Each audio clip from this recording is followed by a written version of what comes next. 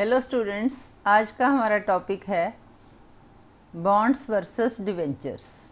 Company दो तरह से फाइनेंसेस रेज करती है। Number one is equity financing and second is debt financing. Equity financing में वो शेयर्स इशू करके, इक्विटी शेयर्स या प्रेफरेंस शेयर्स इशू करके फंड्स रेज करती है, और डेट फाइनेंसिंग के थ्रू वो थ्री मेथड्स से अपने फाइनेंस रेज करती है। पहला क्या है? Bank loan. अगर कंपनी को फंड्स की ज़रूरत हो तो बैंक से लोन लेकर वे फंड्स रेज करती है, या डिबेंचर्स इशू करके या बॉन्ड्स इशू करके फंड्स रेज करती है। तो अब बॉन्ड्स और डिबेंचर, इसमें कुछ सिमिलैरिटीज़ हैं और कुछ डिफरेंस है। सबसे पहले हम सिमिलैरिटीज़ करते हैं। फर्स्ट सिमिलैरिटी क्या है? बॉन्ड्स और डिबेंचर्स दोनों पर ही कंपनी फिक्स्ड इंटरेस्ट देती है। सेकंड सिमिलैरिटी क्या है? कि दोनों ही डिबेंचर और बॉन्ड पब्लिक को इशू किए जाते हैं। थर्ड सिमिलैरिटी क्या है? कि बॉन्ड्स भी फिक्स्ड पीरियड के लिए होते हैं और डिबेंचर्स भी फिक्स्ड पीरियड के लिए होते हैं। अब दोनों में डिफरेंस क्या है? सबसे पहला डिफरेंस है सिक्योरिटी का, कि बॉन्ड्स क्या होते हैं? बॉन्ड्स दे आर सिक्योर्ड, और डिबेंचर्स क्या है? They are secured and unsecured.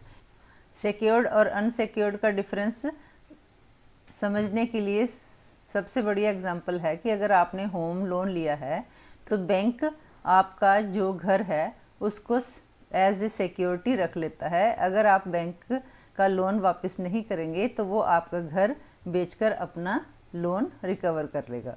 और अनसिक्योर्ड का क्या एग्जांपल हो सकता है? कि जैसे आपने पर्सनल लोन लिया है, उस पर आप से कोई भी सिक्योरिटी डिमांड नहीं करता बैंक, तो वो अनसिक्योर्ड का एग्जांपल है। तो इसी तरह जो बॉन्ड्स होते हैं वो सिक्योर्ड होते हैं। वो किसके अगेंस्ट सिक्योर्ड होते हैं? They are secured against the assets of the company. कोई भी जो जब आपको बॉन्ड इशू होता है तो वो किसी ना किसी एसेट के अगेंस्ट सिक्योर होता है। और जो डिवेंचर सिक्योर्ड होते हैं, they have some collateral security. पर जो डिवेंचर्स अनसिक्योर्ड होते हैं उसमें आप कंपनी की क्रेडिट वर्दीनेस को देखकर ही डिवेंचर खरीदते हैं। सेकंड है लिक्विडिटी। लिक्विडिटी, अगर कंपनी जो है लिक्विडेट हो जाए तो सबसे पहले जो पेमेंट होगी वो बॉन्ड्स की होगी और उसके बाद पेमेंट डिवेंचर्स की होगी। तो बॉन्ड्स जो है इनको प्रायोरिटी मिलती है अगेंस्ट डिवेंचर्स। थर्ड डिफरेंस है कन्वर्टेबिलिटी का। जो बॉन्ड्स हैं वो हम शेयर्स में कन्वर्ट नहीं कर सकते। There is no option with the bond holders that they can convert their bonds into shares. लेकिन डिवेंचर होल्डर्स को ये फैसिलिटी है कि अगर जो है कन्वर्टिबल डिवेंचर्स हैं तो उनको शेयर्स में कन्वर्ट किया जा सकता है, क्योंकि डिवेंचर्स दो तरह के होते हैं, कन्वर्टिबल एंड नॉन कन्वर्टिबल। अगर डिवेंचर्स कन्वर्टिबल हैं तो उनको शेयर्स में कन्वर्ट किया जा सकता है।